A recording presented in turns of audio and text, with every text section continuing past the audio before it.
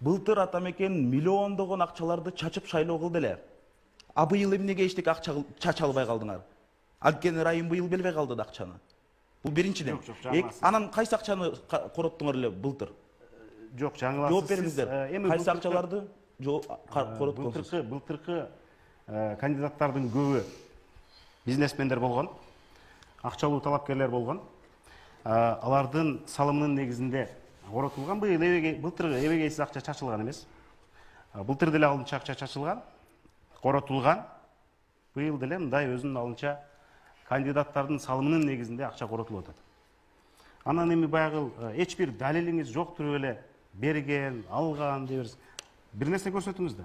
Урматтуу Али мырза. Көрсөтүңүз да, Темирлан факты менен сүйлөңүз да. Атамбаев окшоп эле баягындай түрдүү түмөн аттарды коюп эле андай мындай авантюристтик сөздөргө алдырбаңыз да. Мен сизди абдан сыйлаймын, бирок деген сиз фактылар менен сүйлөсөңүз. Биз сиздин алдыңызга 1000 факты коюп бергенге даярбыз.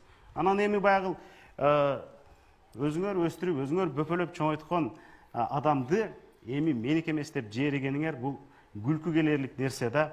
Дайыма ушинтип келесиңер. Силердин бийликке баратканыңардагы башкы максатыңарды билебиз. Силер мына 10 жылда бийликте турдуңар.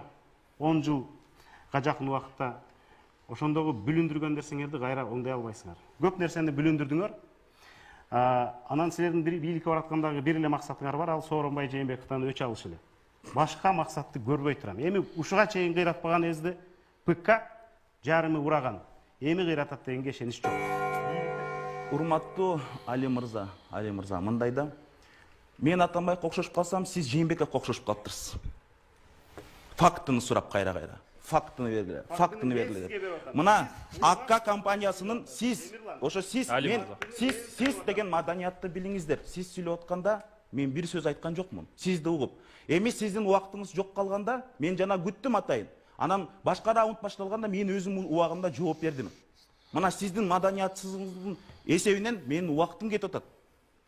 Бул биринчиден. Экинчиден, мына силерге факт сурап атсаңар, факт айтайын. Керимберди Макеев деген АКК компаниясынын жетекчиси, Атамекен менен шайлоого барган. Бир эмес, 3 таможенник Атамекен менен шайлоого барган. Бүгүнкү күнү ошол АКК компаниянын төрагасы Атажурт Кыргызстан саясий партиясы менен шайлоого баратат. Ошон үчүн Атажурт Кыргызстан саясий партиясы бүгүн көп акча кетирип атат, Атамекен саясий партиясы эмес. Бул силерге жооп катары. Кийин урушканга кажет жок. Бирок мен баса белгилеп кетким келет да. Райымбек Матраимов 2016 жылы ГТСК зам болуп келген. Сиз порядок положения, как человек приходит в должности, должны знать. Губернатор представление берет. Ал кезде губернатор Сооронбай Шарипович Жээнбеков болгон.